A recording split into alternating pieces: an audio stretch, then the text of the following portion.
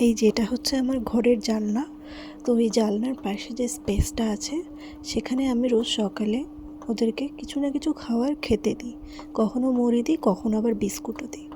তো সমস্যাটা কী হয়েছে যে অনেক রকমের পাখি আসে, ছোট পাখিও আসে, বড় পাখিও আসে অনেক রকমের। কখনো শালিক, কখনো পায়রা আসে, কখনো এমন কিছু পাখি আসে যাদের নাম আমি জানি না। কিন্তু এই বড় পাখিগুলোর জন্য এই ছোট পাখিগুলো আর খাবার খেতে পারে না। মানে ওই ছোট পাখিগুলোকে খেতেই দেয় না, দেখলে উল্টে তাড়া করে। কী জ্বালা ভাবো তো! আমার রোজ সকালবেলা এদের এই ঝামেলা মেটাতে মেটাতেই আর দেখতে দেখতেই সময় কেটে যায়। আবার একদিকে ভালোও লাগে বেশ।